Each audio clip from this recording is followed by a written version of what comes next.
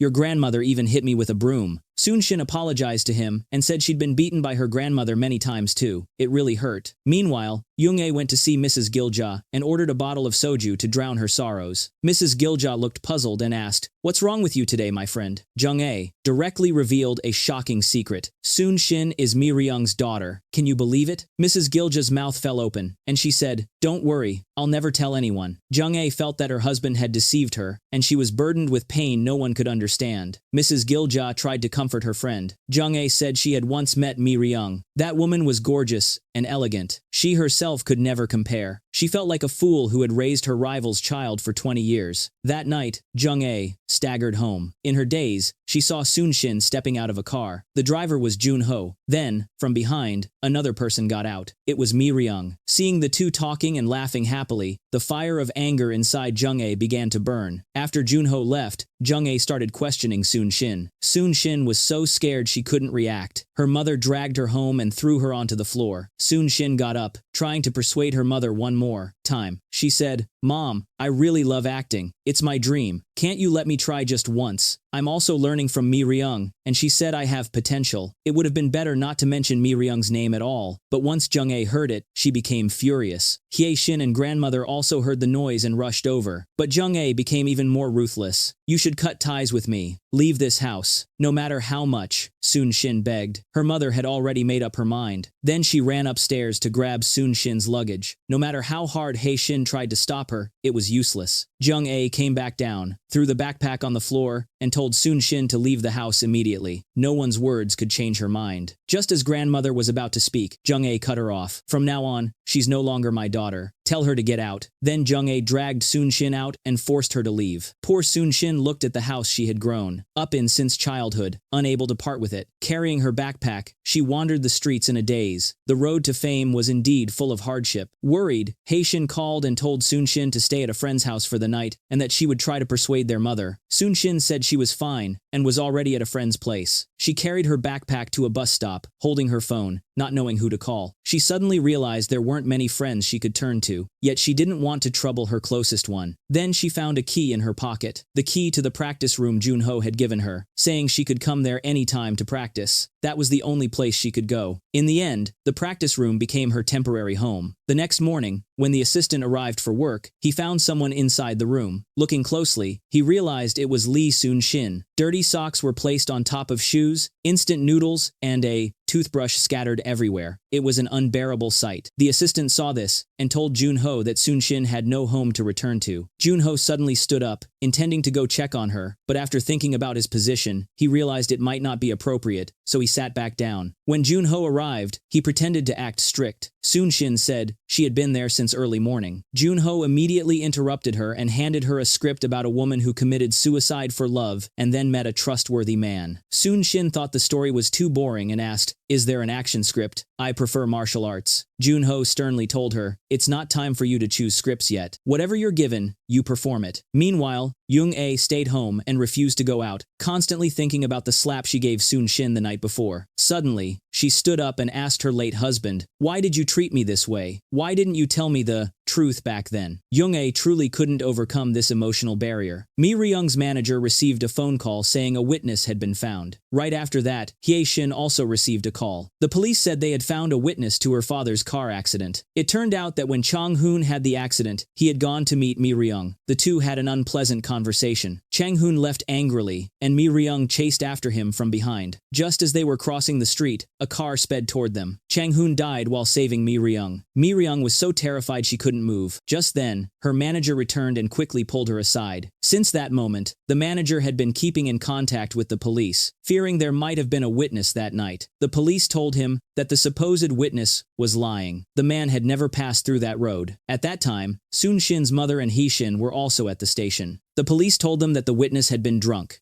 and once sober, admitted he hadn't gone through that street. As they were leaving, Mirang's manager saw Jung-ae. He immediately recognized her. Wasn't she the same woman who had come to Mirang's house that night? After returning home, the manager grew more suspicious. Why had that woman come to the house that night? So, he made a phone call, asking someone to investigate the family of the man who had died in the car accident. The following evening, the manager received the investigation results. In the photos were Sunshin's sisters, Hye-shin and Yu-shin. Finally, he found a photo of Sunshin's mother. He immediately realized it was indeed the family of the deceased. When checking the list, he noticed a familiar name, Lee Sunshin. He felt things were becoming complicated, so he went to the restaurant to find Sunshin and asked if her parents were well. Sunshin said her father had passed away in a car accident. This time, the manager finally confirmed that Lee Sunshin was the daughter of the man who had died in that accident. Later, he went back and told Mirang, Sunshin is Chang-hoon's daughter. After hearing that, Mirang found it hard to believe. That night, she sat alone, lost in thought. The world was truly mysterious. mysterious. How could they have met again in such a way? Soon the day of Sun Shin's first audition arrived. Junho told his assistant to get her number. Sun Shin looked around at the other girls, all of them beautiful, but Junho thought they were all the result of plastic surgery. Sun Shin is the most beautiful one. Just then, the assistant rushed over, saying that Sun Shin's name wasn't on the audition list. Junho couldn't believe it. Who was pulling strings behind the scenes? He went to check with the staff. Sun Shin's name truly wasn't on the list. Then he went to find the director and asked, "Why was the newcomer I brought removed from the audition list?" The director told Junho it was because Mirang had instructed them to do so. Junho was very curious as to why she would do that. The director said there was nothing he could do. After all, she was the lead actress. Junho then went to Mirang's house. He confronted the two-faced woman. "Didn't you say Sun Shin was perfect for acting? You were teaching her just a few days ago, and now you stab her in the back." Mirang said, "I thought she looked pleasing to the eye, so I wanted to train her a bit. But it turns out her ability is far too poor. No matter how I teach her, she can't do it. How am I supposed to act in the same film with her?" At that moment, Mirang still didn't know that Sun Shin was her daughter. She only thought the girl was her rival's child. No matter how Junho tried to reason with her, the woman remained unmoved. As soon as Sun Shin returned to the practice room, she called her beloved teacher, Mirang, but the other party refused to answer. The next day, Mirang saw another call from Sun Shin. Without hesitation, she hung up and then called Junho, asking him to pass a message to Sun Shin. "Stop calling me. I don't want to see her, and I don't want to talk to her." After that, Junho went to the restaurant to see Sun Shin. He didn't tell her that she had been removed from the audition list because of Mirang's interference. Instead, he gently comforted her. "Honestly, I didn't like that script either. That kind of story wouldn't help improve your acting." Junho kept criticizing how bad that production crew was and added, "Didn't you say you liked action films?" Sun Shin asked Junho, "Has teacher Mirang been busy lately? Why does she keep ignoring my calls? Why are you looking for Mirang? She's been so kind to me. If she knew I didn't get to audition, she'd be really upset." Mirang was truly cruel. How could she hurt such a kind girl like that? Junho told her, "Mirang's been very busy lately. She said she's too busy to take calls and won't be able to teach you anymore." That evening, after showering, Sun Shin was about to head back to the practice room when Yushin suddenly called out to her. She forced Sun Shin out of the room and told her to come home with her. Grandmother looked at Sun Shin with displeasure and told her to go talk to her mother. Then Yushin dragged Sun Shin into their mother's room. Sun Shin sat down and apologized to her. Junho said, "If you're still learning acting from Mirang, then get out right now." With a disappointed look, Sun Shin said, "I'm not studying anymore." Ms. Mirang suddenly got busy and said she won't be teaching me anymore. Junho was curious. She said before she'd train you well. Why did that woman change her mind so quickly? The next day, Sun Shin went to Mirang's house. She still wanted to meet her teacher in person one more time. At that moment, Mirang returned, home from an outdoor shoot. "Why are you here? Didn't Representative Junho tell you? He said your teacher is very busy and can't teach you right now." Sun Shin had even brought Mirang her favorite crepe. Just then, Junho also arrived by car to see Mirang. He saw Sun Shin talking to that cruel woman. Mirang said she was very busy and ignored Sun Shin. When Sun Shin tried to go inside to explain, the manager pushed her to the ground. "Teacher, please wait. Open the door. Just one word. Let me say one word. Hey, what are you doing here? Are you stupid? Why are you standing here like a fool, letting yourself be treated this way?" This remark is meant to criticize someone indirectly. Then Junho led Sun Shin away. The road to acting for this woman was truly full of hardship. Betrayed by the teacher she respected and losing her audition opportunity, Junho sincerely said to her, "Even if everyone dislikes you, I'll still help you. From now on,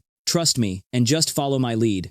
Junho mobilized all of the company's resources, determined to debut Lee Sun Shin and make her one of the top names. From then on, when people mentioned Lee Sun Shin, the keywords would be youthful girl, innocence untouched by time, mystery, emotion, naturalness, healing, fantasy, and first love. Then he began assigning tasks. The best makeup artist, photographer, and image consultant all had to be found. He ordered that all upcoming MVs and dramas from the company be used. He refused to believe he couldn't promote Sun Shin. Next, Junho showed Sun Shin the design plan. Sun Shin asked him, "What is this?" In an artist's market strategy, exposure is an essential requirement. As soon as Sun Shin heard the words exposure, she firmly said, "I'm not going to be a sexy star." Junho felt helpless. He explained to her, "What I mean by exposure is the impression an artist leaves on the public, how to make people remember your best image." Sun Shin was still confused, but as long as it didn't mean revealing her body, she accepted it. Just as she stepped out of Junho's office, she saw her mother coming in. Junho wanted to speak with Junho privately. As soon as she sat down, She said she had come to pay the penalty fee and wanted to take Soon Shin home that very day. Junho promised earnestly, "I'll do my best. Please give me a little more time." But Yoongae felt that Soon Shin couldn't keep letting people abandon her like this. Junho also thought Mirang had gone too far this time and was already planning to teach her a lesson. He asked Junhae to give him 1 month, just 1 month. "If I can't train her well by then, you can say whatever you want." Junhae immediately agreed, "I'll come back in a month." After that, Soon Shin began her training period. After a month of screening, there was only one famous male singer about to shoot a music video, but they had already chosen a female lead. Junho decided to temporarily replace her and let Soon Shin appear in the MV. The next day, Mirang came to the company. The whole place was bustling with activity. Just then, the assistant passed by, and Mirang's manager asked him, "Why is the company so busy today?" The assistant replied that it was because of Lee Soon Shin's upcoming debut. Mirang was shocked. "So fast? She already has a project," the assistant said. There was a music video originally starring Kim Chi-ah, but Representative Junho took it back for Soon Shin. As soon as she left the company, Mirang stopped and began plotting against Soon Shin. The next morning, the assistant hurried into Junho's office, saying that Kim Chi-ah wanted to sue them and demand 10 times the penalty fee. Junho said, "Are they crazy?" That evening, Junho met with President Han and said, "Can you let my new artist take over this music video?" But President Han refused, saying that if they broke the contract, he would file a lawsuit. In fact, Junho had already guessed that Mirang was behind it. He said to President Han, "From now on in this industry, you'll be dealing with me, not the old woman behind you." Hearing that, President Han immediately became polite. Junho continued, "Think carefully about whether you want to work with me or with her in the future." On a sunny day, Junho took Soon Shin out for a walk. Soon Shin even performed a short skit for him, "My dearest representative, Shin Junho. Without Representative Shin Junho, there wouldn't be me today. I wish everyone a good evening." The two quickly pulled away from each other. They had almost fallen into the feeling of love. When Junho got home, thinking about what had happened during the day, he felt happy. He would probably even smile in his sleep that night. The next morning, he told his assistant to call the legal department. "Whether it's 10 times or 20 times the penalty, we'll pay it." The assistant thought he must have lost his mind. Finally, Soon Shin filmed her first music video. A yellow umbrella, flowing hair, and a white dress walking through light rain. There was a touch of sadness, a sense of melancholy, evoking the feeling of first love. During a break, Soon Shin asked Junho a meaningful question. "Why are you so kind to me?" That question left Junho speechless. In fact, just before the shoot, Mirang had gone to see Soon Shin. The cruel woman couldn't stand to see her rival's daughter living well. She told Soon Shin the reason why Representative Shin was being so good to her. "You're nothing more than a bet between him and Yeona. If he successfully debuts you, Yeona will return to his company. They might even get back together." Mirang said this right before the music video shoot to shake Soon Shin's focus and ruin her performance. What a heartless woman. But ironically, because Soon Shin was so heartbroken, she perfectly captured the emotion of being betrayed by a man. Exactly what the music video required. After the shoot, Yeona came to add fuel to the fire, saying that Junho still loved her deeply and that they were about to reconcile. These two old women really had Soon Shin completely cornered. Soon Shin walked alone on the street, unable to understand why her teacher had once been so kind to her. Were all those words about her having potential and talent just lies? Later, Soon Shin went to find Mirang to ask clearly, "The things you said before, that I had talent, were those just things Junho told you to say?" A single sorry from Mirang answered everything. For Soon Shin, those words from Mirang had been the driving force that pushed her forward. This woman was truly forcing her own biological daughter into despair. Just then, Yoongae arrived. After much thought at home, she had decided to come and tell Mirang that Soon Shin was actually her biological daughter. Hoping that revealing the truth would untie the knot in her heart and let them all live better lives, she even brought the red scarf that had once wrapped around baby Soon Shin years ago. Unexpectedly, Soon Shin was there too. The mother and daughter were truly alike. Both barged into other people's houses uninvited. "What are you doing here?" Mirang said coldly. "I've already said everything I needed to say. I have nothing more to say to either of you." Then she stood up and walked away. Junhae was about to step forward to tell her the truth, but Soon Shin immediately stopped her. She told her mother that she had already given up, that she wouldn't act anymore, then dragged her mother outside in anger. Early the next morning, the assistant hurried to find Junho, saying that the male singer's obsessive fans had seen the new girl in the music video, causing chaos in the fan community, and now they were claiming that Soon Shin was Junho's lover. Soon Shin was listlessly working at the restaurant. A kind waiter told her that a young girl was looking for her outside,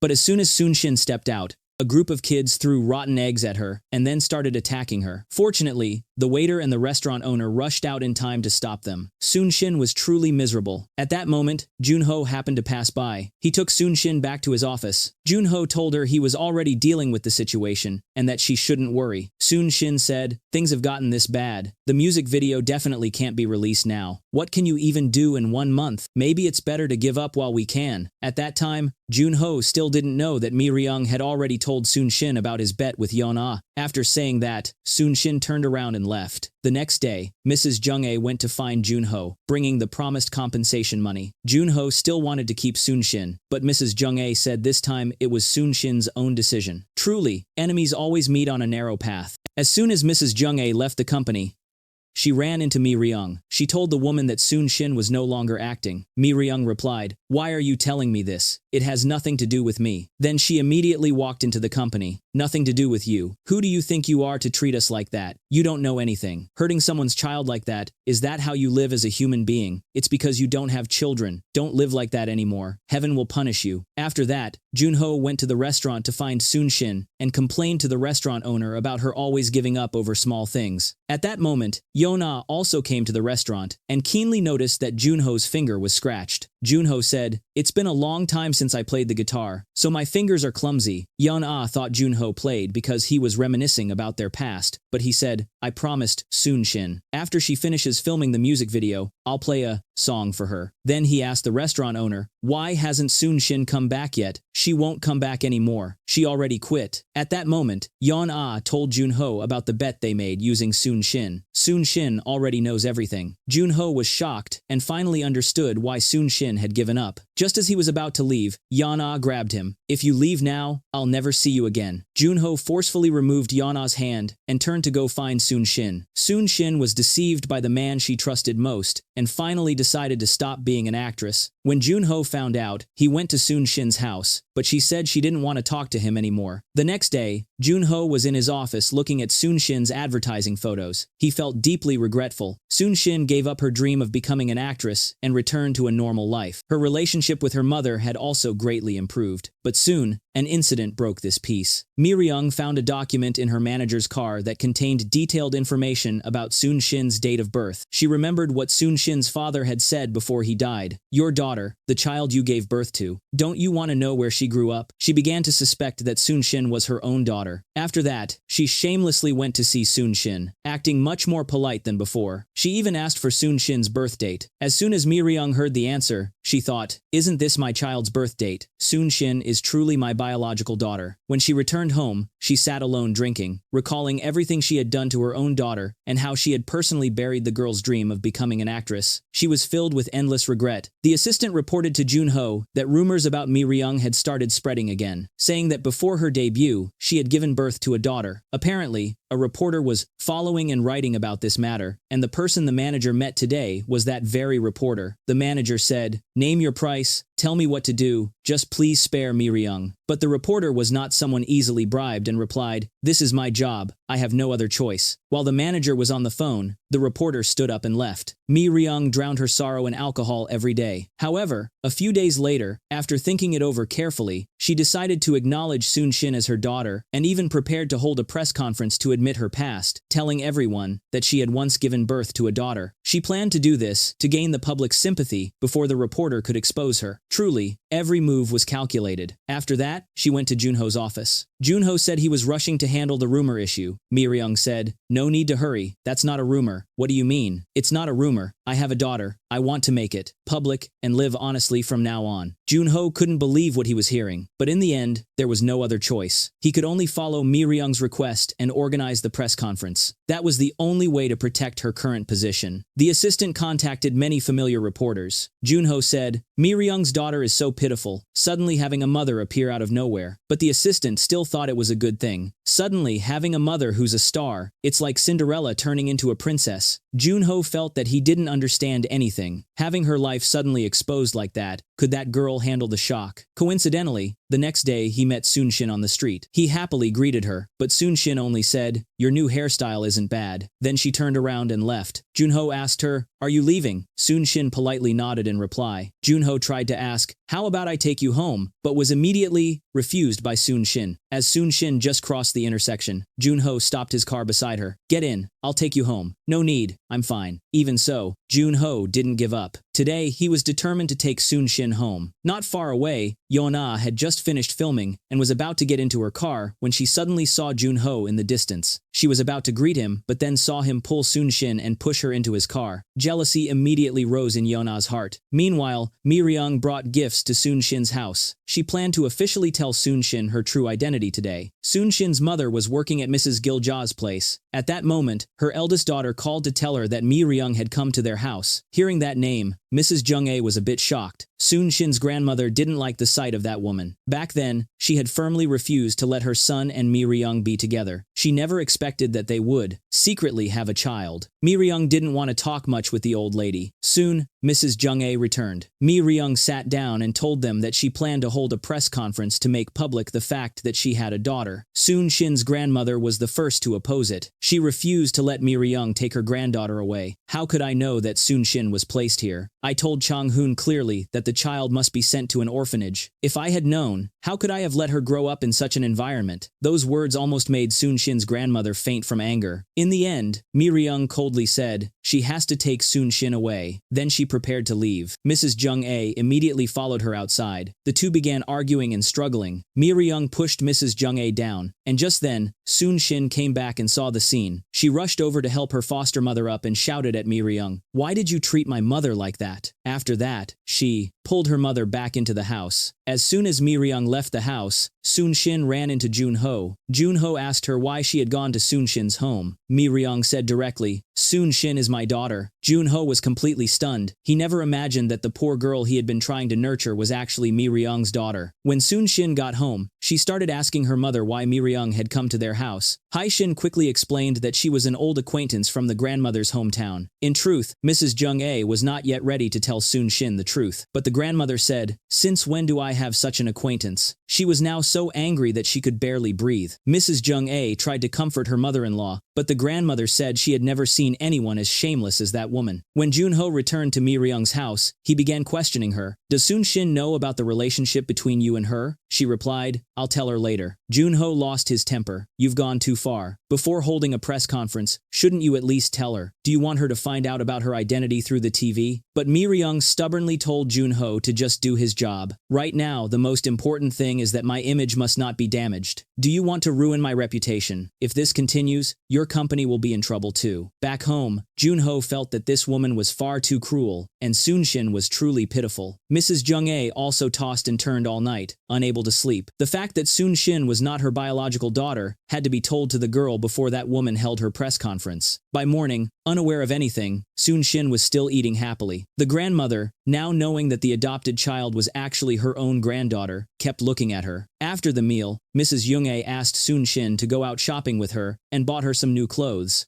The next day, the two of them happily went shopping. Mrs. Junho even treated Sunshin to her favorite pork belly dish, and afterward, they went together to visit her father's grave. On the way back, Mrs. Junho felt the time was right and decided to tell Sunshin the truth. "What I'm about to say, you need to be mentally prepared for it. Sunshin, your biological mother isn't me, but I've always treated you as my own daughter." Hearing this shocking news, Sunshin truly couldn't accept it. Meanwhile, Mirang's press conference was held on schedule. Junho really couldn't stand listening any longer and angrily left. But Mirang remained calm. She clearly told the reporters that she had a daughter. She said she hadn't known where the girl had grown up and that she had only recently found her biological daughter by chance, then apologized to her fans to gain sympathy. Truly, Mirang's acting was unmatched. Sunshin's grandmother, along with Hye-shin and Yu-shin, were also watching on TV.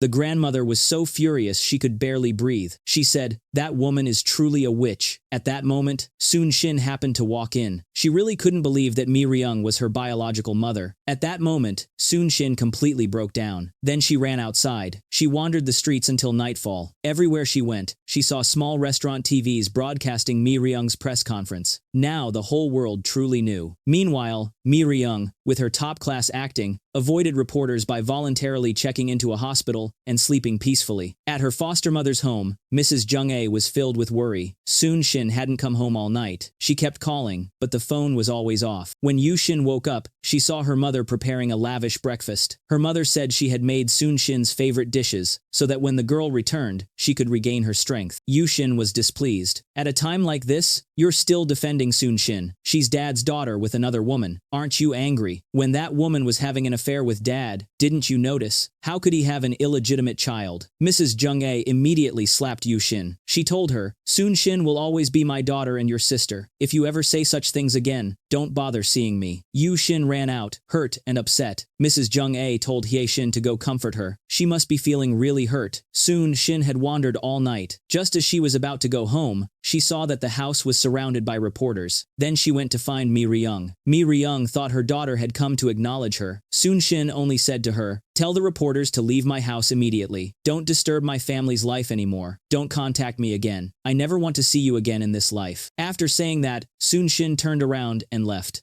Mrs. Junho had been searching for Soon Shin all day, calling her youngest daughter every 10 minutes. Just then, Mrs. Junho saw Soon Shin sitting at the doorstep. Soon Shin also noticed her mother. She said, nothing has changed. I'm still your little daughter, and I always will be. You can't change that, so please treat me the same as before. Mrs. Junho, heartbroken, hugged her good daughter tightly. She had always treated Soon Shin even better than her own biological daughters, and felt deep sorrow for her situation. Back home, the mother prepared a table full of food for her. Yushin couldn't stand it and went upstairs. At that moment, Soon Shin felt very guilty toward her family. The next morning, as soon as Yushin went out for work, she hurried back, saying that many reporters were still surrounding the house. How am I supposed to go to work like this? Soon Shin immediately stood up and walked to the door. As soon as she stepped outside, reporters swarmed around her. Soon Shin was still too inexperienced to handle the difficult questions they threw at her. Just then, Junho appeared in time. He quickly brought Soon Shin back inside and shouted at the reporters, put your cameras down right now. I am the representative of her management company. Any future interviews must have our approval. I will issue an official statement to the media shortly. None of the photos you took may be published. Otherwise, we will take legal action. After hearing that, the reporters all left. After being discharged from the hospital, Mirang was still unwilling to accept things as they were. She couldn't bear to let her daughter live in such a family. Her pride and status wouldn't allow it. She had to take her daughter back. The next day, she went to Soon Shin's house again. That day, only the gentle Hyeshin was home. Hyeshin quickly called Mrs. Junho. Mirang even asked to see Soon Shin's room. She walked in and saw that her beloved daughter was sharing a room with her sister. Mrs. Junho hurried home. After sitting down, Mirang got straight to the point. She wanted to take Soon Shin back so that the girl could continue her studies or learn acting. Either was fine. She said she would provide the best resources and fulfill her duties as a mother. Then she took out a sum of money as repayment for raising Soon Shin all these years. Now let me take her away. After all, she is my daughter, Mrs. Junho said. You only remember that now. Why did you abandon her back then? Mirang replied, it was Chang-hoon who took her away. I told him to leave her at an orphanage, but who would have thought she'd end up being raised here? Just then, Yushin came home. She opened the envelope and said, you call this repayment. After that, Mirang was kicked out. When Soon Shin came home and heard that Mirang had come again, Yushin said, your biological mother wants to take you back and raise you. Soon Shin immediately called Mirang, wanting to meet and talk clearly. But the cunning Mirang arranged the meeting at a makeup room in a TV station. After sitting down, Soon Shin warned Mirang, don't come and bother my family again. Mirang said, I only came because I want to take you back. Don't you want to act? I can help you. Today, I'll take you to visit a film set. I'm not interested in that. Soon Shin, wait a minute. As soon as they stepped outside, they ran into a director from a TV program who asked, is this Mirang's daughter? Without hesitation, Mirang introduced her immediately. This is my daughter, the director asked. Can we interview the two of you? Just as Soon Shin was about to leave, Mirang pulled her back and asked her to give her a little face. saying it would only take a moment. So, reluctantly, Sun-shin agreed to the interview. But after just a few sentences, she couldn't stand it anymore and ran out. Mirang chased after her. Sun-shin demanded that the interview not be aired. Mirang firmly promised Sun-shin that she would not air the interview. But soon, the program was broadcast. The entire Sun-shin family saw the interview. Mrs. Junho, who was working at Mrs. Gilja's place, also saw the news. Her close friend Chan-mi called Sun-shin and said, "I really envy you for having a mother who's a star, and for being able to do an interview with her." Hearing that, Sun-shin was shocked. That woman had lied about everything. The next day, the whole city saw the interview, and Mirang was overjoyed. The interview brought her declining reputation from a few days ago back to its peak, and many directors started inviting her again. When Sun-shin got home, Yu-shin said, "You should just go live with your real mother. Since you love acting so much, she can help you a lot." Yu-shin seemed upset that Sun-shin had suddenly appeared in an interview with her biological mother. Later, Sun-shin went to see Mrs. Junho. Though she said nothing, Mrs. Junho clearly felt unhappy inside. The next day, Mrs. Junho went to see Mirang. Mirang said, "Ever since the interview with me and Sun-shin was aired, many directors have contacted me, wanting the two of us to appear in their projects together. You know how much Sun-shin loves acting. This time, I won't decide. I'll leave the decision to you." Of course, Mrs. Junho knew how much Sun-shin loved acting, but she didn't want her to go live with that woman. Mirang kept talking about Sun-shin's future, saying she would definitely help her debut successfully. At that moment, Mrs. Junho began to waver. The next morning, she went to see Sun-shin and began persuading her to go to Mirang's place to study acting, saying that only then could she have a better future. But Sun-shin said she didn't want to act anymore. Mrs. Junho knew that Sun-shin didn't want to betray this family, but that only made her heart ache even more. "I'm not forcing you to be successful. I just want you to be happy, no matter what you do. But people are only happy when they do what they love. Go and find the happiness that belongs to you." However, Sun-shin misunderstood her. She thought her mother resented her, that she hated her for being the child of Mirang and her father, and wanted to drive her away. Then, upset, Sun-shin ran out. After that, she went to see Mirang. A famous director happened to be there as well. Step by step, everything was arranged neatly by her biological mother, but this time, Sun-shin didn't follow her plan. She even told her that she didn't like acting, and asked her not to arrange such things for her anymore. As soon as she stepped outside, she ran into Junho. Sun-shin confronted him. "Was this director arranged by you?" In fact, Junho also knew that Sun-shin loved acting. He only wanted to help her. But given the current situation between her and Mirang, she couldn't choose to work with her. She wandered the streets, lost in thought. Just then, the restaurant owner sent her a message, saying they were going on a picnic today, and asked if she wanted to join. It happened to be exactly what she needed, a place to clear her mind. After thinking it over, Junho still called Sun-shin, but she had just gone to the restroom. The restaurant owner picked up the phone. Hearing the voice, Junho said, "Why is it my good friend, Chi-hun?" Chi-hun told him he was on the train and that the phone had been ringing non-stop. Junho immediately felt jealous. After that, he hurriedly ordered his assistant to investigate where the restaurant staff had gone. The assistant found out and said they had gone on a group outing. Then, Junho drove with his assistant to chase after the train. One of the restaurant employees approached Sun-shin, saying he also liked acting and could talk to her mother for her. "Can you give me a chance?" A group of co-workers crowded around, taking pictures with Mirang's daughter. Sun-shin angrily pushed their phones away and ran into the forest. Then, Chi-hun followed her. He kept comforting Sun-shin, and that was exactly what she needed at the moment. She truly didn't know who to confide in. Next, Chi-hun gently hugged Sun-shin with one arm. He genuinely cared for this kind-hearted girl. At that moment, Junho arrived quickly, but still one step too late. The girl he loved was already in another man's arms. Seeing the woman he liked in someone else's embrace made him feel extremely uneasy inside. Junho didn't know how to win Sun-shin's heart. Just then, his assistant came over, and their voices caught Chi-hun's attention. Chi-hun asked Junho, "Why are you here?" With no other choice, Junho greeted him and said he had come to discuss business. That evening, Junho went to the camping site where Chi-hun's group was staying and tried to make small talk with Sun-shin. Sun-shin looked at him once, then ignored him completely. At that moment, a restaurant staff member asked Junho, "Did you come here to sign a contract with Sun-shin?" Junho quickly denied it, saying he was only there to talk about business. At that moment, the assistant suggested that Junho sing a song and handed him a guitar. But seeing that Sun-shin didn't react at all, Junho said, "Someone here doesn't seem to like listening, so I guess I won't sing." Suddenly, Chi-hun stood up and took the guitar. He had once been in a band with Junho. At that moment, Sun-shin smiled and even looked forward to hearing him play. Junho sensed something was wrong. This guy was trying to steal his spotlight. He quickly stood up, grabbed the guitar back, and sat down to get ready to sing. Indeed, Junho sang and played beautifully, but Sun Shin suddenly seemed upset. She stood up and left. Seeing the heroine walk away, Junho didn't feel like singing anymore. The next morning, Junho went to the front of Sun Shin's tent. The restaurant employee saw him and asked, "Why are you standing in front of a woman's tent?" Junho replied, "I'm just checking if the tent is sturdy," then asked if he had seen Sun Shin. The employee said that she had left early in the morning. Junho quickly drove to the train station, barely catching the earliest train. Once on board, he quickly found Sun Shin. She glanced at him and thought, "Why does this guy cling like a leech?" Just then, a train staff member announced a free photo activity. Junho hurriedly sat next to her, made her raise her hand, and forced her to smile for a picture. An hour later, since she had gotten up too early, Sun Shin felt sleepy. Junho took the opportunity to let her rest her head on his shoulder. This made him incredibly happy. At that moment, it felt just like holding hands when in love. Soon, the train arrived at the final station. Junho pretended to get off quickly and woke Sun Shin up. She stepped off the train with a confused expression and asked, "Where are we?" Junho said, "I don't know either." The tour guide mentioned that the scenery there was beautiful, so the two of them decided to just go along with it and started taking all kinds of pictures together. A Korean drama without rain always feels like something is missing. Then, the two took shelter from the rain in a small tent. Junho even helped Sun Shin wipe the rainwater from her hair. At that moment, Sun Shin asked, "Why are you being so nice to me? Is it because you feel guilty? Or do you just pity me?" Junho replied, "Neither of those are true." He stammered for a while, unable to say the 3 words he really wanted to, and finally said, "You remind me of myself in the past. Back then, I also loved singing, but in the end, I gave up on my dream. I hope you won't do the same." Then, Junho quickly changed the subject and said, "Sun Shin, you're a girl. How come you don't carry a mirror?" Sun Shin took out a small mirror and started fixing her hair. Junho softly said, "To me, Sun Shin is the most beautiful," but the silly Sun Shin still didn't understand what he meant. After that, the two returned to Seoul. Mirang immediately came to the station to pick them up. She insisted on taking Sun Shin to meet a director, giving a long list of reasons that it was all for Sun Shin's own good, and that this was an opportunity she couldn't miss. But no matter what Mirang said, Sun Shin refused to go with her. As she turned to leave, Mirang shouted, "If you walk away like this, I'll never see you again. Even if you beg me for help later, I won't care." This woman was truly shameless. She hadn't cared since the day her daughter was born, and now she dared to say such things. No matter how loudly Mirang yelled, Sun Shin never looked back. Afterward, she turned on Junho and scolded him, saying, "If you won't help me, then I won't work with you anymore. Let's cancel the contract." Junho immediately agreed, leaving Mirang stunned. She had only meant to threaten him a little, but never expected Junho to agree so readily. When he got home, he told his assistant to arrange the contract cancellation with Mirang. The assistant was shocked and said, "Mirang is a major shareholder in the company. If you kick her out, you'll be fired first." Junho said he would handle it himself. A few days later, Sun Shin's best friend Chanmi told her about a rumor. Recently, people were saying that the reason Sun Shin wasn't acting was because her foster mother was stopping her and ruining her future. Even while Mrs. Junho was working, gossipy people behind her back called her selfish and cruel. When Sun Shin heard this, she wanted to speak up and defend her mother, but Mrs. Junho quickly stopped her, and the cup in her hand accidentally fell to the floor. While cleaning up the broken pieces, Mrs. Junho accidentally cut her hand. Later at home, with tears in her eyes, Sun Shin helped her mother bandage the wound and kept apologizing to her. In fact, Mrs. Junho had always encouraged Sun Shin to pursue acting and to go see her biological mother. Even though she felt deeply attached, she didn't want to ruin Sun Shin's future. That night, Sun Shin sat on her bed, unable to sleep. She couldn't stand people speaking badly about her mother behind her back. Later, she went to see Mirang. She said to her, "Whatever you tell me to do, I'll do it. I'll accept everything you do for me. But I have one condition. There's an unpleasant rumor online right now, and my family is very upset about it." Sun Shin wanted Mirang to step forward and clear things up, but Mirang said, "Why do you call it a misunderstanding? Didn't your foster mother always stop you from becoming an actress? So you came here today because your foster mother is being wronged, and you want me to speak up for her." Sun Shin said, "Yes, as long as you agree to this condition, I'll do whatever you ask." But Mirang said she needed some time to think about it. By this point, Sun Shin was no longer living for herself. She needed to give her family an explanation. After returning home, she went to her mother and said that she truly still wanted to be an actress and wanted to keep in contact with Mirang to learn acting. Her foster mother wasn't selfish. She knew that Sun Shin had always loved acting. Then she called Hai Shin and Yu Shin out and told them that Sun Shin planned to stay in contact with Mirang and learn acting from her. "Don't tell grandmother about this. I want you both to support and encourage Sun-shin. I think the one under the most pressure right now is her. Please try to understand and be patient with her. The next day, Sun-shin and Mirang went out for a walk, but she looked distracted and absent-minded. Later, they went to have a luxurious meal together. At the table, Sun-shin didn't say a single word. At that moment, Mirang told her that she would arrange an interview. That way, your foster mother's issue will probably be resolved. Hearing that, Sun-shin smiled. Mirang said, "This is the first time I've seen you smile all day." After thinking it over for a while, Junho finally decided to call Sun-shin. "Where are you right now?" "I'm meeting Chi-hun at the Western restaurant on the first floor." "What? You're meeting Chi-hun again?" When he went downstairs, he began questioning her. "Why do you keep meeting Chi-hun? And why didn't you come upstairs to see me when you were already here?" Sun-shin looked puzzled. What was wrong with him today? Junho handed her a script. It was full of great projects. Sun-shin said she would act in whichever role he gave her. She wasn't in a position to choose scripts. Junho told her it wasn't for her to act yet, but to go audition for a role. It turned out that Mirang had previously gone to see Junho and told him she would no longer cancel the contract with him. She asked him to help Sun-shin find some good drama projects where she could play the lead role. But Junho understood that Sun-shin didn't want to rely on her biological mother's influence to get roles, so he found her several scripts for auditions instead. Then Sun-shin asked him again, "Why are you being so nice to me? You fool! Why do you still not understand how I feel about you?" Junho really couldn't put it into words. He had made it so obvious, yet this silly girl still didn't get it. The next day, Junho took Sun-shin to a place where she could practice auditioning skills. That day, a theater company was holding actor interviews. Then Junho pushed Sun-shin forward. With no other choice, she had to do her best. The judges asked her to show her talent. After thinking for a while, Sun-shin decided to sing, but she forgot the lyrics halfway through. Then she said, "How about I dance instead?" The judges couldn't bear to watch anymore and told her to stop. At that moment, someone noticed, "Isn't this Mirang's daughter?" The panel looked closely. "You're right. If that's the case, there's no need for an interview. If you can join the troupe and perform, we'd be happy to have you." Afterward, Junho took her outside and said to her, "See, this is the reality you have to face. No matter where you go, you'll hear things like that. Don't overthink it. Just do your best. Prove yourself with your own ability." Because Junho kept refusing to follow Mirang's arrangements, she helped Sun-shin find a new management company and told her that she had already found a script she could immediately take part in. At that moment, the company's representative stepped outside to take a phone call. Sun-shin took the opportunity to tell Mirang, "If I ever act again, I must work with Junho." Mirang said, "Didn't you promise me that you'd follow everything I arranged? Why are you breaking your word now?" Sun-shin felt completely helpless. When Mirang got home, her expression was unsettled. Later, she called Sun-shin and said,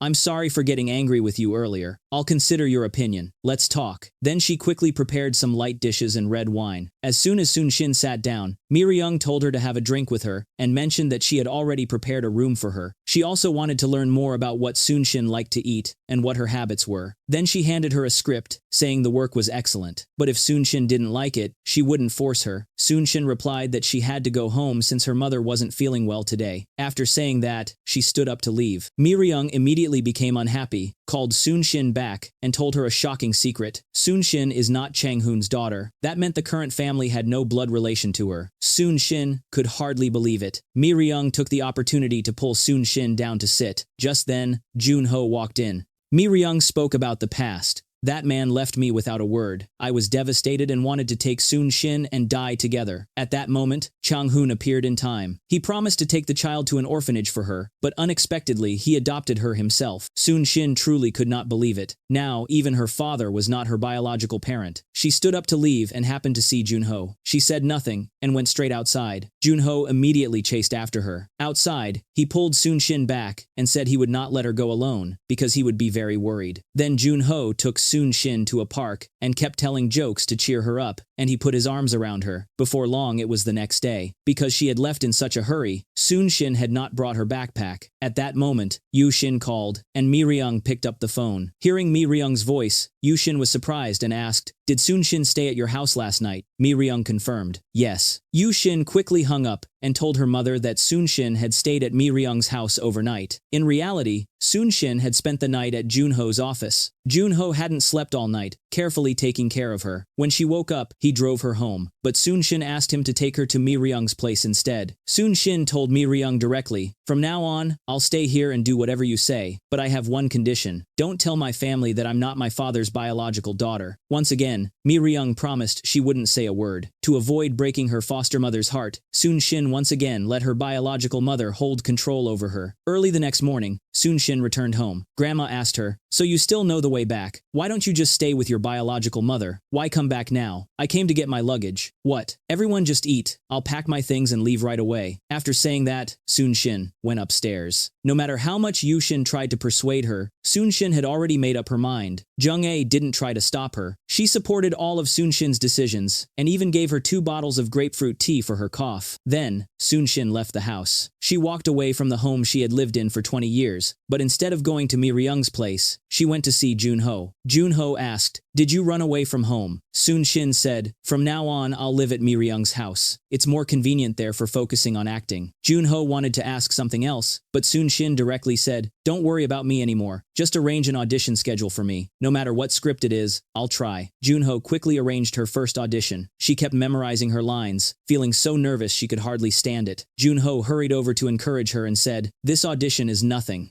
You'll be doing these kinds of auditions all the time in the future." Because the preparation time was short and she was too nervous, she didn't perform well when reading her lines. Sun-shin walked out with a dejected expression, saying she had ruined the audition and felt sad the entire day. Junho comforted her. "Everyone is like that at first. You'll find your rhythm later." Mirang was at home drinking in sadness. Even though her daughter had moved in, she didn't pay any attention to her. At that moment, Sun-shin came home, but didn't say a single word to Mirang. In the morning, Mirang prepared a lavish breakfast, but Sun-shin said she wasn't hungry, didn't eat a bite, and went out. At Junho's office, the assistant brought in many audition scripts, including one for the role of a friend of a trainee singer. Junho remembered that a few days ago, Sun-shin had performed singing in the theater troupe. As soon as Sun-shin arrived at the company, Junho pushed her into the recording room and told her to sing any song for him to hear. It must be said that Sun-shin sang quite well. Junho asked the sound technician, "What do you think of her singing?" The man said, "This voice is very unique. Playing a trainee singer would be more than suitable." After that, Junho gave Sun-shin the script to read. The more she read, the more she liked it. She thought this film was amazing. Junho decided to choose this script. Since the audition was for the role of a trainee singer, she had to prepare a song. In the following days, Sun-shin worked hard to practice her lines. She also played the guitar and prepared a beautiful song. The audition day came quickly, but unexpectedly, Yeon-ah, who had always looked down on Sun-shin, turned out to be one of the judges this time, and also the lead actress of the film. Moreover, Yeon-ah also liked Junho very much. Soon it was Sun-shin's turn to go on stage. Yeon-ah deliberately said to the director, "This is the daughter of my foster mother. Please take special care of her." The director's expression immediately turned unpleasant. Then he reminded Sun-shin, "Don't think about relying on connections. What matters most is ability." As soon as she heard that, Sun-shin knew Yeon-ah was playing tricks. During the dialogue scene with Yeon-ah, because she deliberately made things difficult, Sun-shin didn't perform well. Yeon-ah felt a bit pleased. The director, feeling disappointed, "Didn't you also prepare a song?" Sun-shin picked up her guitar and began her performance, singing a song that deeply moved everyone. The director was completely absorbed, unable to pull himself out. Yeon-ah widened her eyes. She hadn't expected Sun-shin's singing to be so captivating. Yeon-ah stepped forward and continued speaking to the director without any restraint. "Please keep my good little sister." The director said to her, "I don't like backdoor dealings. I almost eliminated Sun-shin earlier, but unexpectedly, when she sang, she had a strange kind of charm. Tell her to go home and wait for the result." After saying that, the director left. The next day, as soon as Junho appeared, Sun-shin asked him, "Is there any announcement yet?" Junho said, "No contact for now. Don't be impatient. Even if you don't get selected this time, there will be many more chances." Then, Junho took her to a fortune teller to see whether she would pass the audition. Sun-shin drew a few cards, but the fortune teller didn't mention anything about being chosen or not, instead asking, "Are you in love?" Sun-shin said she didn't have a boyfriend. The fortune teller said that all the cards she drew were symbols of love, and that the man was very close to her. Hearing that, Junho became a bit nervous, then quickly took Sun-shin outside and said, "That guy is definitely a fraud. He didn't know anything, and just said weird things." But Sun-shin couldn't help wondering who the man beside her might be. Even though Junho was standing very close, Sun-shin said, "Could it be Chi-hun?" Right then, Junho received a call from his assistant. After hanging up, Junho suddenly hugged Sun-shin. When he let go, he said to her, "You passed." Sun-shin happily hugged Junho back. The next morning, the assistant drove to pick up Sun-shin. He said he would be her manager. But soon after they left, they got stuck in traffic. All the important actors of the film crew had already arrived. The director looked at his watch and said, "We won't wait for Sun-shin anymore. let's start. Just at that moment, Soon Shin burst through the door, shocking everyone. She hurriedly kept apologizing. The director told her to sit down first. At that moment, one of the actresses couldn't hold it in anymore. You're Mirang's daughter, right? All the seniors are already here. Who taught you to make everyone wait for you? Some people even suspected that Soon Shin had gotten in through connections. The director also felt helpless. The older actress said, then let's wait and see whether you really have any ability. Next, the official acting rehearsal began. The director was very satisfied with Soon Shin's performance. The veteran actress also felt that Soon Shin did quite well today. That evening, Junho made a video call and said that Soon Shin's face looked even prettier than after plastic surgery, then added a few more words of encouragement. After hanging up, he lay on his bed, unable to contain his excitement. Soon Shin continued memorizing her lines. Since she was playing a kitchen assistant in a restaurant, she also learned cooking from Chi-hun. Junho immediately got jealous, afraid that his little girlfriend would be taken away by Chi-hun. That night, he invited Soon Shin out for dinner. He had to quickly upgrade their relationship. Yeon-ah asked the assistant, is Junho at the office? The assistant said, Junho and Soon Shin went out to eat. Hearing that, Yeon-ah became unhappy. Then the assistant asked her, I heard tomorrow's filming location has to be changed. Yeon-ah came up with an idea and said, no, keep it at the original place. The next day, Soon Shin hurried to the filming location. At a glance, she saw no one there. In her first film, Soon Shin was sabotaged and sent to the wrong location. Meanwhile, Yeon-ah, the one who had set her up, had already started filming the first scene at the correct place. Soon after, Soon Shin also arrived. The director scolded her harshly. You were late last time, and now you're late again for the official shoot. Do you not want to do this anymore? If this happens again, don't bother coming back. At that moment, Yeon-ah pretended to be kind and pleaded on Soon Shin's behalf, clearly wanting everyone to think that Soon Shin had joined the crew through Mirang's connections. Later, the assistant angrily went to confront Yeon-ah, but she denied everything and even called her own assistant over, saying, didn't I tell you last night to call and inform them? Yeon-ah pushed all the blame onto her assistant. When Soon Shin was about to step in to help, another actress said, stop relying on your mother's influence and arguing back. Instead of inheriting your mother's acting skills, you've learned all her bad temper. Soon Shin could only lower her head and say, I'm sorry, please don't be like this anymore. I'll make sure to guide her properly. This Yeon-ah was truly even more shameless than Mirang. Soon it was time for the second scene. Yeon-ah, looking beautiful and gentle, told her assistant to take Soon Shin to buy drinks for the staff, saying it would help clear up what happened last time. But just as the assistant and Soon Shin left, it was already Soon Shin's turn to film her scene. As a result, she was nowhere to be found. The director was so furious he could no longer contain himself. Yeon-ah was clearly pushing Soon Shin into a corner, not allowing her any chance to act. At that moment, Mirang and Junho also arrived to visit the film crew. The assistant and Soon Shin came back, carrying a lot of drinks. The director, extremely angry, said that her scene would have to be reconsidered. Soon Shin was bewildered. How could things suddenly turn out like this? She looked straight at Yeon-ah. This was the woman who had sabotaged her multiple times. Mirang told her to leave this small film crew immediately. You have no dignity left staying here. Soon Shin said to Mirang, if you really want what's best for me, then don't show up here. Being Mirang's daughter doesn't help me at all. After saying that, Soon Shin stormed off angrily. Yeon-ah pretended to say a few words to the director, then walked over to Junho and said, I've taken care of everything. Don't worry. If we can't film today, we'll make it up later. Junho thanked her. The cunning woman sneered and said, if you want to thank me, how about we have dinner together tonight? Meanwhile, Soon Shin sat alone by the seaside, feeling sad. Soon it was time for the third scene. This time, Soon Shin finally participated normally. She played Yeon-ah's best friend. During the scene, Yeon-ah picked up an abalone, but got scared and threw it away. The director immediately shouted, cut! He said, if you're afraid, then the two of you switch lines. Let Soon Shin handle the abalone. Can you do it, Soon Shin? Soon Shin quickly agreed. The filming continued. Soon Shin easily picked up the abalone because she had been learning to cook with Chi-hun for many days. Handling seafood like that was no problem for her. The director was very pleased after watching. Indeed, opportunities always favor those who are prepared. The director kept praising Soon Shin, which made Yeon-ah visibly unhappy. Back in her manager's car, she called a reporter. Soon after, Soon Shin saw a news article saying, actress Yeon-ah is dating Junho. The two were lovers years ago and have now rekindled their relationship. When Junho found out, he immediately went to see Yeon-ah and told her to clarify the situation right away. But Yeon-ah said, weren't we lovers in the past? Junho didn't want to talk to her anymore and turned to leave. Just then, Soon Shin happened to be standing outside the door. Seeing Junho come out, she quickly walked away. At that moment, Junho saw her too. He chased after her and called out to Soon Shin. Pretending not to notice, she said she was just about to go home. Then Junho said, aren't you practicing guitar today? Tonight I'll teach you properly. Saying that, he pulled Sun Shin toward the practice room, but Sun Shin refused to go. She said to Junho, "Don't be so nice to me anymore. It makes me really confused." After saying that, she turned and walked away. Junho ran after her and grabbed her arm.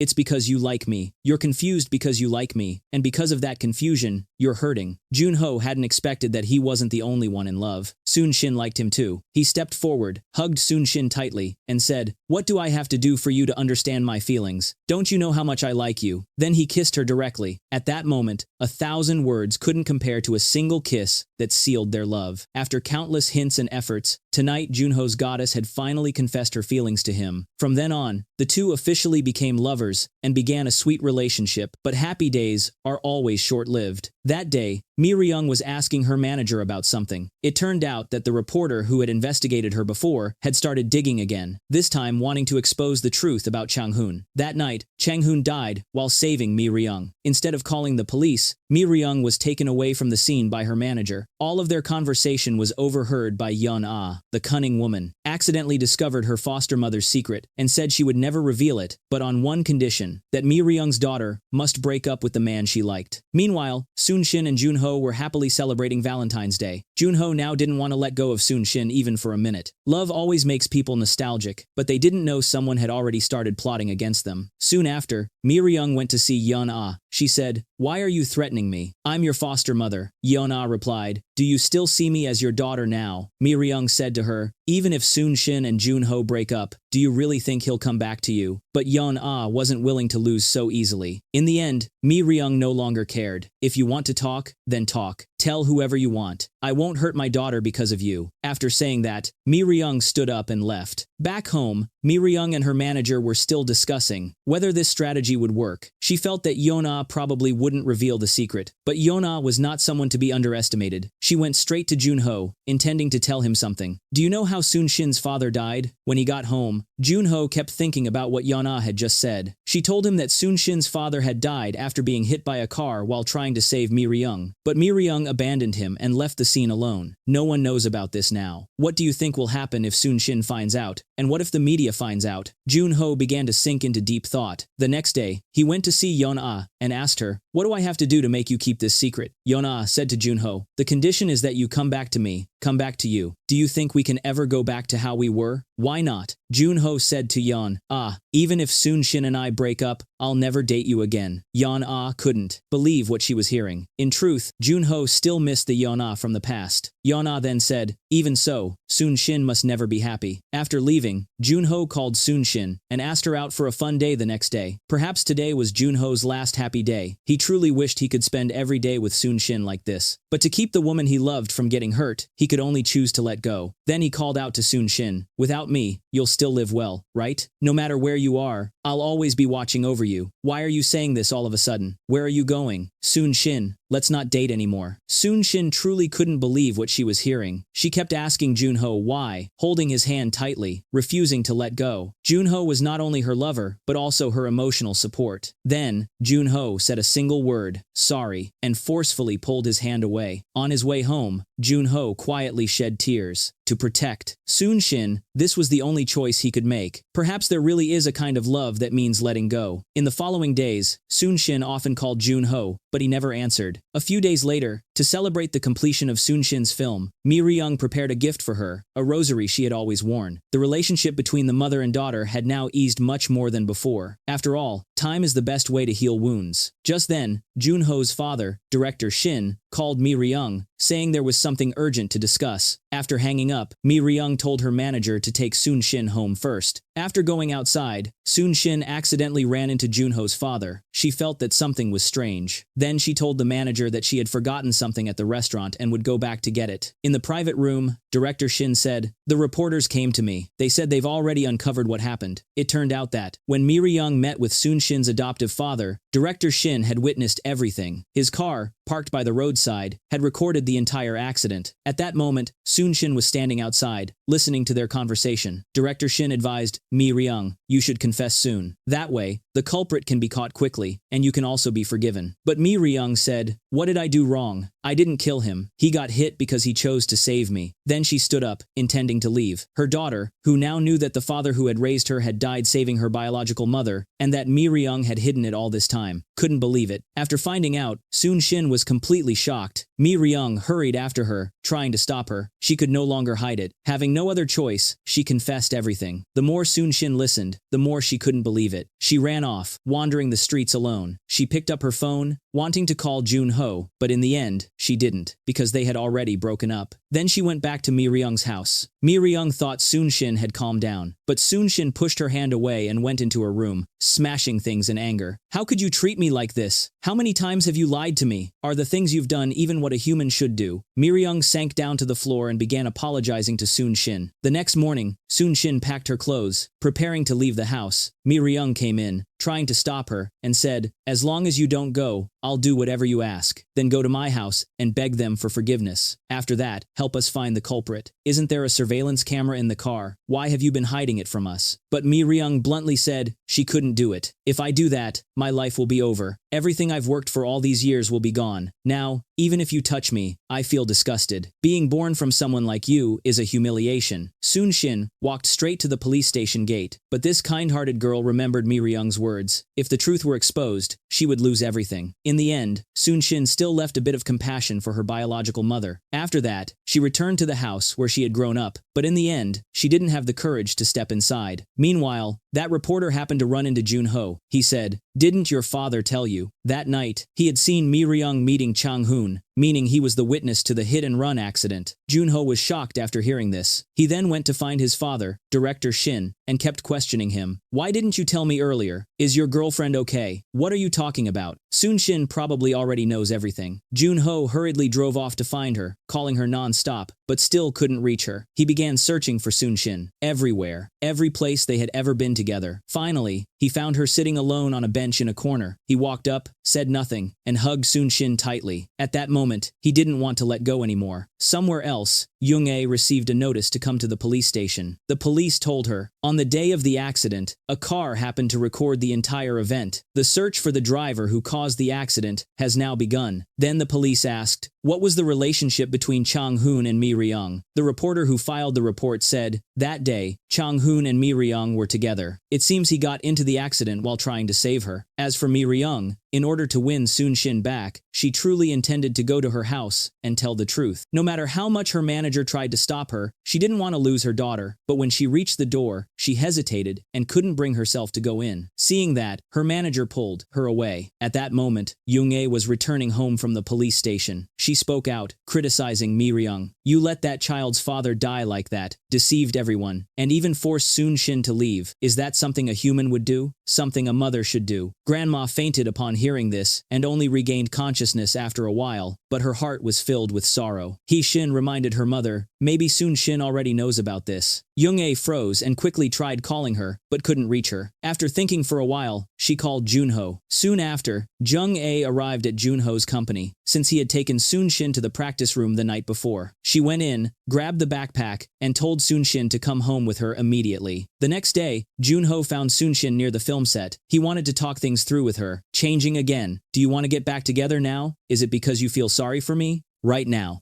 Sun Shin still didn't know that Junho had broken up with her because Yeon-ah had threatened him. The more Grandma thought about it, the angrier she became. She had to go teach that wicked woman a lesson. When Junho went to bring her mother-in-law some water, the old woman was already gone. After going outside, Junho felt more and more uneasy. She gave the water to her eldest son and hurried off. Meanwhile, Sun Shin's grandmother had already arrived at Mirang's house. She went up to confront Mirang, demanding that she return her son. Junho arrived soon after and quickly pulled her mother-in-law away. Sun Shin's grandmother said, "From now on, don't you dare see Sun Shin again." Hearing that, Mirang became furious. Fearing she would lose her daughter, she revealed her final secret. Sun Shin isn't the daughter of Chang Hoon and me, and she has no blood relation to Junho's family. Upon hearing this, the grandmother was so enraged that she wanted to continuance, tear the woman apart. Why did you even hide something like that? After returning home, Junho went to find Sun Shin. She She now understood that the last time her daughter ran away and went to live with that woman was because she wasn't her father's biological daughter. Right, Junho said painfully. No matter who you are, you will always be my little girl. After a night of careful thought, Mirang decided to go to the police station to testify. This could be considered the last thing she could do for her daughter. Then, Director Shin also arrived at the entrance of the police station. The two of them walked in together. Chi-hun went to see Sunshin, but this time not to steal the flower pot. He said to her, Yan Ah has known about Mirang's secret for a long time. She used it to threaten Junho. If he didn't break up with you, she would expose it. Sunshin couldn't believe what she heard. How could that guy be so foolish? Chi-hun told Junho to come over. As soon as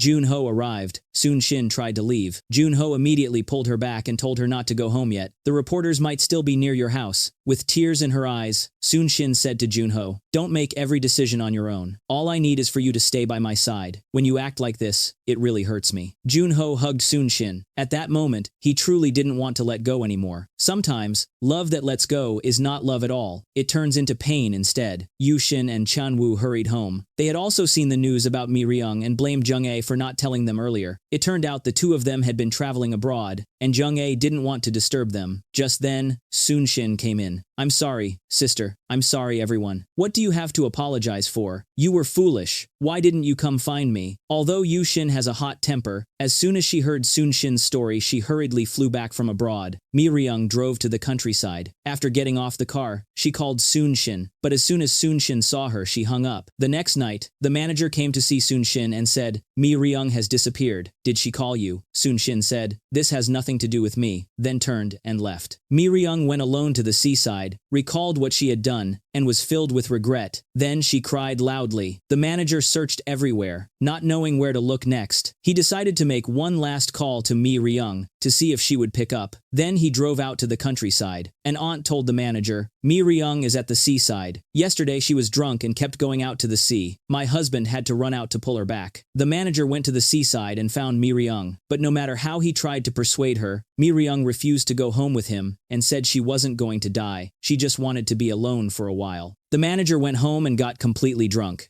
He then went to find Sunshin. Sunshin hurriedly helped him up. The manager said, if you don't go see her, Mirang really might die. But Sunshin still firmly refused to see her. When she turned around, Junho happened to be standing there. She knew very well how much her daughter was suffering and kept comforting her. The next morning, Sunshin sat alone on her bed, recalling what the manager had said the night before. No matter what she's done wrong, she's still your biological mother. After that, Sunshin went to find Junho and asked him to take her to visit Mirang. Mirang turned to look at Sunshin. There were 1,000 things she wanted to say, yet now she didn't know where to begin. Sunshin began to persuade her, stop running away, don't make me hate you anymore. No matter what others said, Mirang wouldn't listen. Only her daughter's words truly stayed in her heart. A few days later, Junho received a call from the police station saying, the driver who caused the accident had been caught. Sunshin's grandmother came as well, and couldn't control her emotions, so everyone quickly helped her sit down. When Sunshin learned about it, she rushed there immediately. She and Hae-shin helped their grandmother outside. The police told Junho that a trial would be held soon, and the driver was expected to face at least 5 years in prison. They also said it was thanks to the surveillance camera in Director Shin's car and Mirang's testimony that the case could be solved. But Sunshin's grandmother would never be able to feel grateful to Mirang for the rest of her life. As for Mirang, ever since Sunshin came to see her, she had withdrawn from the entertainment industry and lived a quiet life in the countryside with her younger brother and manager. After countless hardships, Sunshin's family finally welcomed a day of true reunion. Hae-shin, after her divorce, also found someone she liked. Yushin married Chanwoo and had a happy ending. Junho officially became part of this big family. Everyone gathered together joyfully, and Junho shed tears of happiness. After the meal, Sunshin took Junho to her room. Junho sat for a while, then pulled Sunshin up and hugged her tightly. The story ends here.